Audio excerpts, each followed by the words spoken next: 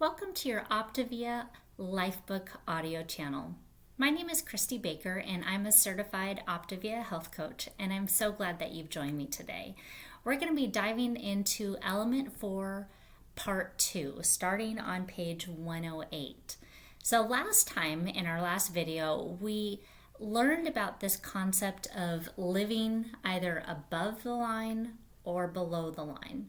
The person who lives above the line is literally, they have their hands up like this in the diagram. They are open, they're curious, they have a growth mindset. The person below the line has their arms folded across their chest. They're closed, they're defensive, and they always have to be right. Here's a question for you to kick off today. Where do you want to live your life? Above the line or below the line? So let's go ahead and get started with part 2. Welcome to the human race. Most people think that the world should be a certain way, and that in itself is a recipe for anxiety, being upset, frustration, or letting our thoughts become entrenched. We blame our surroundings, others, or ourselves for our current state. We become closed, defensive, and consumed with being right. Why is it important to move above the line and take responsibility for how we respond to the world and the people that live in it? Well, besides being a sure way to make this world a better place to live, moving above the line is essential if you want to reach your healthiest self and live in a state of optimal well-being. In fact, this is the keystone in installing the habits of a healthy mind. At this early stage in your journey, it plays a vital role in helping you take charge of your health and your life. It starts with self-awareness. It's really important to understand that if you are unaware that you've been operating at a subconscious level and making choices that are not in your best interest, then you cannot improve.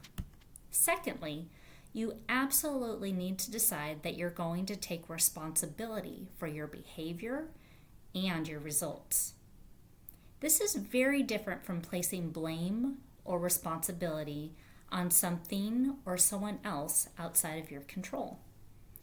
In psychology, how an individual responds to their world is referred to as a locus of control. In other words, do I make life happen, or is it happening to me? Who is in charge?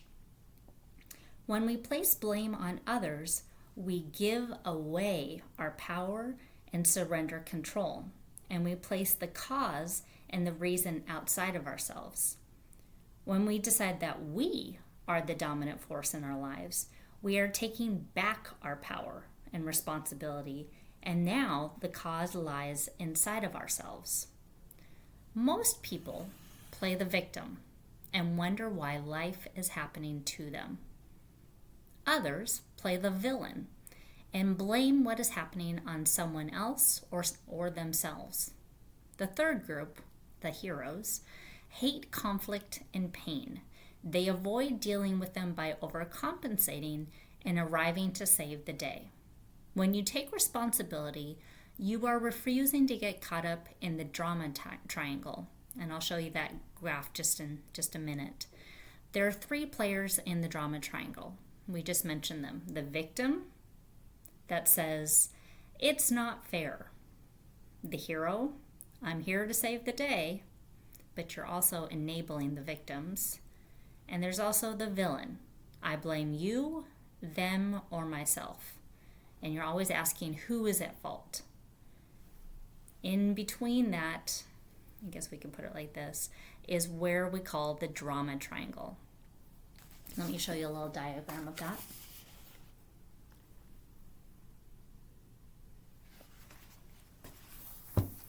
People get caught up in this triangle because something happens or goes wrong, and they are fearful that they will look bad, get in trouble, or have their ego damaged.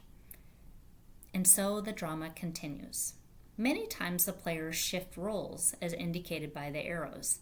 The effect of blaming, feeling shame, and fear that things will not go their way happens because the locus of control is outside of those who are caught in the triangle. This leads to a state of internal unrest, anxiety, and a highly stressed state, all of which are unhealthy for the mind, body, and overall well-being. It also leads to bad habits, like emotional eating, increased alcohol intake, drug dependency, internet and smartphone addiction, gambling, stress, and depression. Rather than succumbing to the drama triangle, which we now know exists and can prepare for, we are going to create a new triangle that will help empower you and others. This new triangle of empowerment is the basis of the creative process that forms the building blocks of the habits of health. Here's how the new triangle can help. First, when you find yourself drifting below the line, don't fall back into your previous tendency to feel like a victim. Instead, take responsibility as the creator of your new story. Equipped with the structural tension as your new form of generative motion, you are going to focus on your desired outcome rather than reacting to what is happening. Secondly, you will challenge yourself when something happens to be curious enough to use these challenges to learn, grow, and improve rather than finding someone to blame, which is easier and ultimately offers you no long-term reward. The obstacles in your life will now become the way that you get better. Let me say that again. That's powerful. The obstacles in your life will now become the way that you get better, the means by which you change your life, rather than being any reflection on you. And when you are responding to others, you can take that critical decision to not drift down into their drama. Instead, you will help to empower rather than enable others. The new model looks like this. It's called the empowerment triangle. And it states, it puts you at in the creator position at the top of the triangle with the thoughts of, I am in charge of what happens. I am creating my new story. We have, instead of the drama triangle in the middle, we have a triangle of empowerment. Off to our side, we have our coach that we're working with, and we can help others get better and empower others to be successful. And as we also have a challenger section where obstacles come, but we look at them in a new way of saying, obstacles help me get better, and I am open and curious to learn. So let's take a look at that chart down below. And that chart is on page 110 if you'd like to go back and reference that.